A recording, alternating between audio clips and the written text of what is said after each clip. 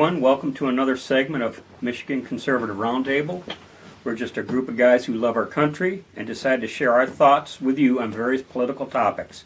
My name is TJay. I'm on a solo recon here. Mac and Mike are MIA. I'd like to give a special shout out to our subscriber in Washington.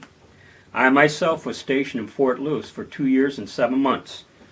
So to our subscriber in Washington, you and I have seen some of the same sights. Beautiful state. Seems like you can't go through a third of it without seeing Mount Rainier. Everywhere you go, there it is.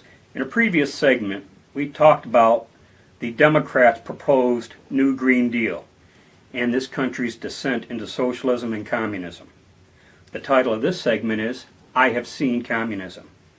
Edmund Burke wrote, "The only thing necessary for the triumph of evil is for good men to do nothing." These Michigan Conservative Roundtable segments are our efforts to combat evil. And I have seen evil.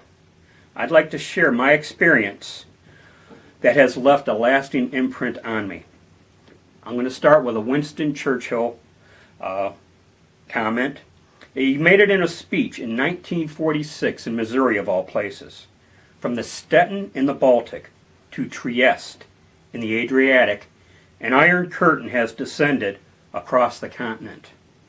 I have been within 50 meters of that iron curtain.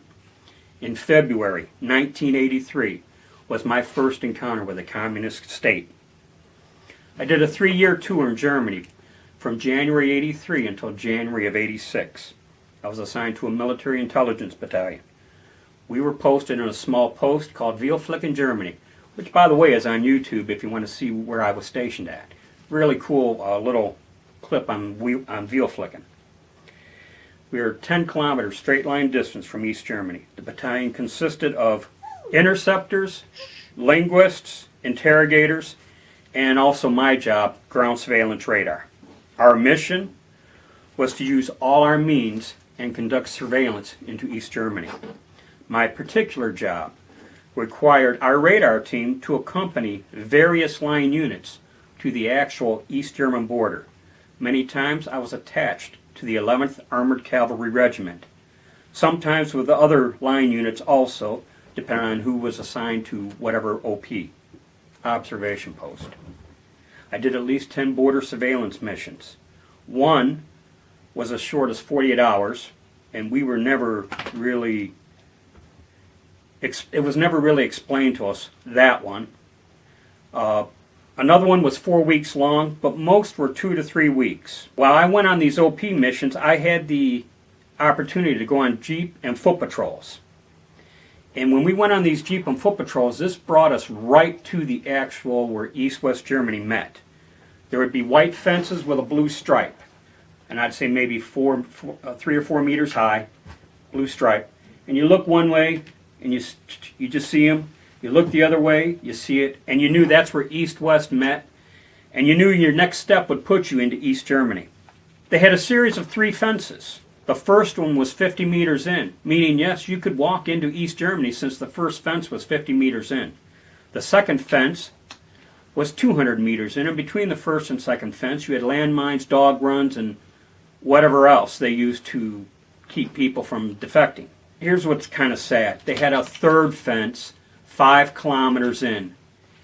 And in the past, defectors would get past that fence, turn themselves into somebody, only to be, oops, they're still in East Germany.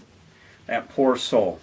I recall on one of our foot patrols, the guys I was with, they brought cans of pop and cigarettes. And they would break out the pop, take a swig, pour it out, break out the cigarettes, light it up, snuff it out, empty the pack of cigarettes, ground it on the ground. This was all done in clear view of the East German troops, which were about 50 meters from us. And it was done with the intention of taunting them. But worst of all, should anyone try to defect, as long as they were still on the east side, we could do nothing to assist them, even if they were being shot at.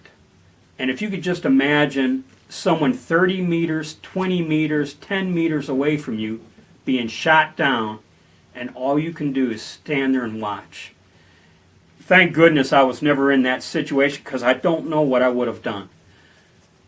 Now, we were told that if that person made it to the west side and if they and us were being fired upon, then and only then could we return fire. This was enforced with threat of court-martial. Basically, if we didn't do as instructed, we could go to be court-martialed. There were many little white crosses up there on the border where defectors had in fact been gunned down. You can only imagine the effect this experience had on a 22-year-old private. By the way, this exact same scenario exists in North and South Korea called the DMZ. Everyone forgets about it. You hear about Afghanistan, you hear about Iraq, Syria. Everyone forgets. North and South Korea, this exact scenario is at play. I wanted to share this with you because I see the socialist trend in this country and it concerns me. I feel I've seen the fast forward of where we're heading. Again, I'll reference Edmund Burke. Those who don't know history are doomed to repeat it. In closing, I would just ask everyone out there. Everyone knows that waffler, that fence sitter, that guy who thinks, oh, it could never get that bad. We would never do that. Well, you need to speak to this person, talk some sense into him.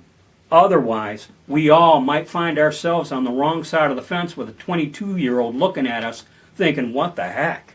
Hope you guys have enjoyed my solo effort. Hope you found it enlightening and informative. Hit the like button. If you're not a subscriber, subscribe. And as we say here on the Michigan Conservative Roundtable, be safe, watch your six, and don't tread on me.